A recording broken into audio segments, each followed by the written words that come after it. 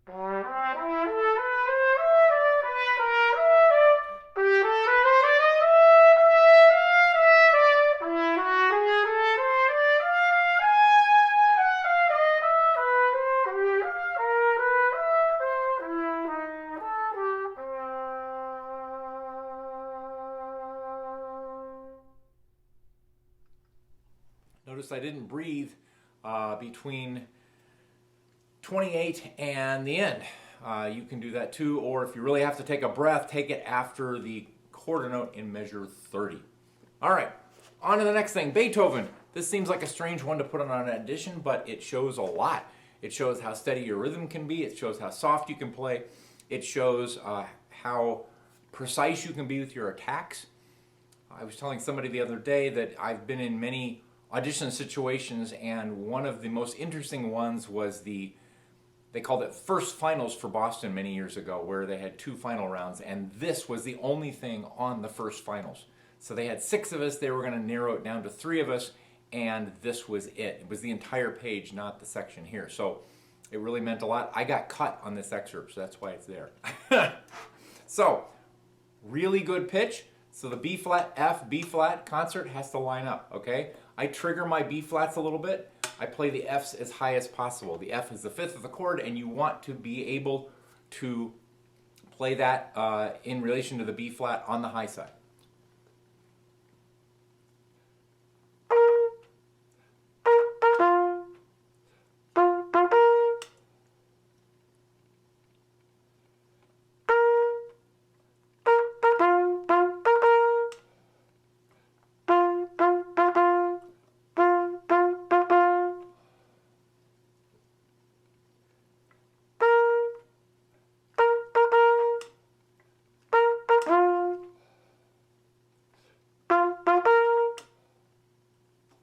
Don't make it complicated. All right, next one is Copeland Fanfare for the Common Man. One of my favorite pieces. There's an optional stop here. I recommend you just blow through the whole thing, but if you really need to stop at the stop, you can.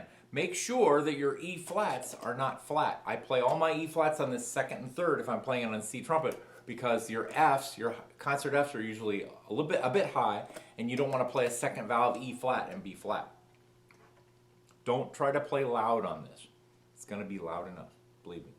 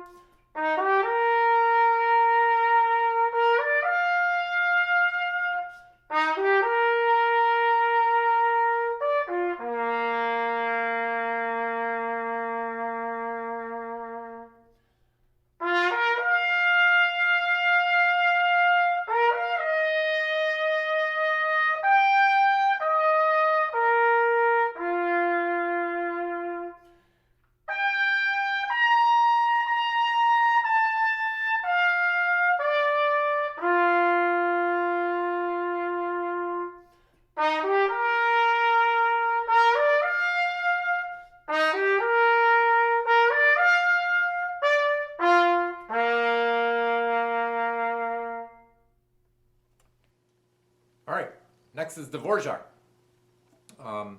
Make sure, again, that you're not trying to blow the walls down. Especially in an audition situation, you don't want to overdo it here, especially since you have to go up the octave, okay? So I play the up the octave thing a little softer than the down an octave thing, but I try to make it very imperative the whole time. So you're creating this sense of loudness through your attacks and your intensity, but you're not necessarily playing super loud. What else? I play the E's up first and second rather than open because the F sharp and the G is going to be a little high, and again, I want that relationship to be correct. All of these, I'm putting the orchestra in my head.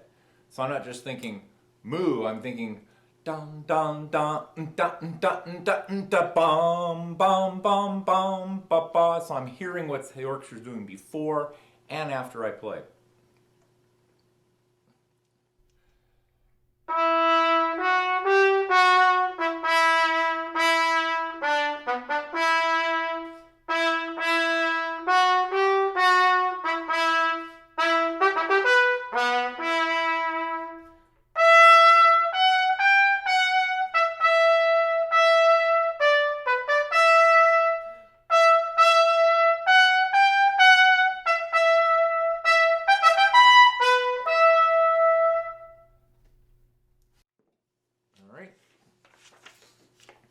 Gershwin. You've got your choice as to what you can use. Cover your bell somehow. I usually use something like this. It's a felt crown. But it usually throws my pitch really flat. So for audition purposes, I'll play something with something like this that defects the pitch less. You just want to cover the sound just a bit. So I put it over the bell loosely like this and make sure that I'm not too flat. I push in a little bit for this excerpt.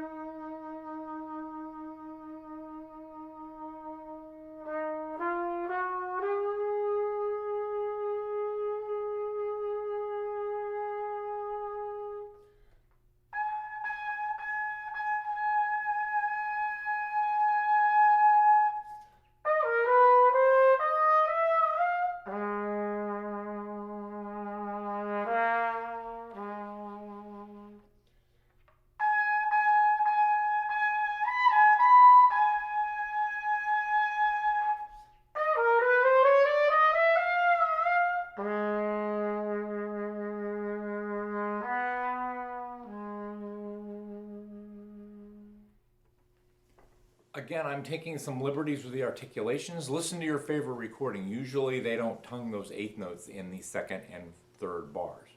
All right, on to Mahler. One of my favorite moments in any Mahler symphony. This one happens to have not a lot of trumpet in it, but it's really cool. Make sure the rhythm is steady. And again, you're not trying to blow the walls down. Intensity of attack is more important than volume.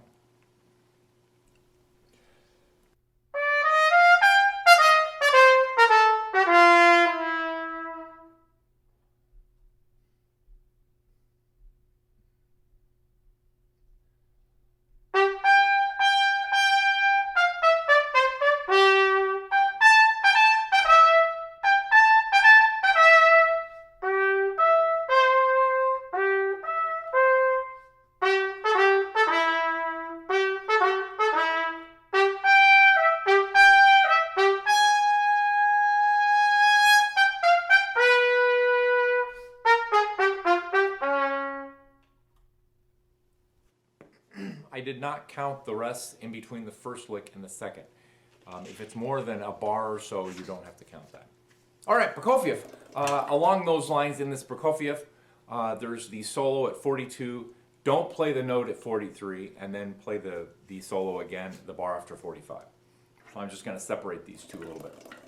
Make sure these are very clean. Make sure your valves are working really well.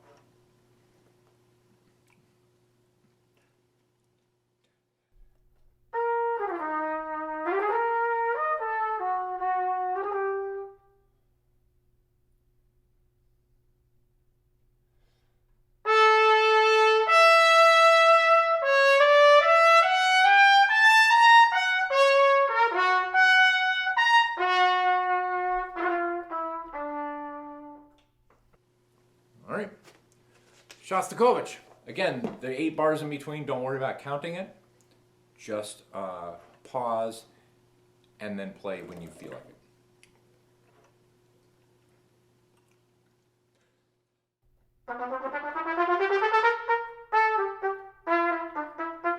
Let's try that again, shall we? With the right notes.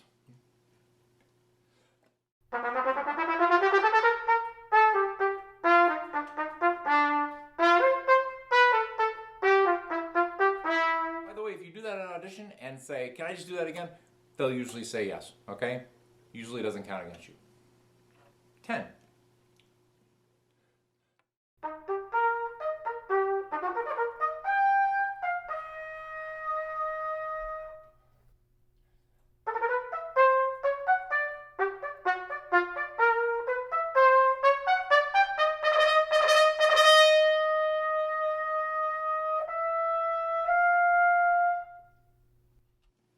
That's all for that. And last but not least, Mr. Tchaikovsky with his Romeo and Juliet Overture, which is not one of my favorite pieces, but shows a lot as far as rhythm and kind of orchestral playing. Make sure this is really solid block playing with good pitch and good rhythm.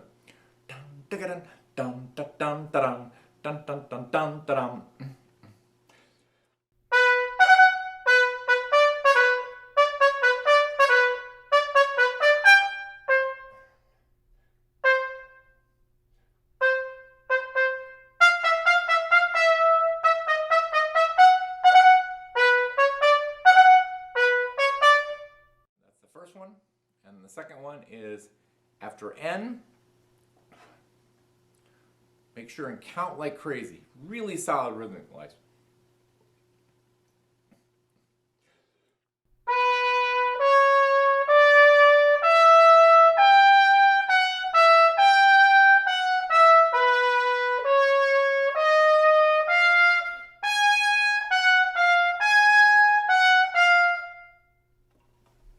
There, that wasn't so bad. Any questions, email me. See you at the Tuesday Night Hangs.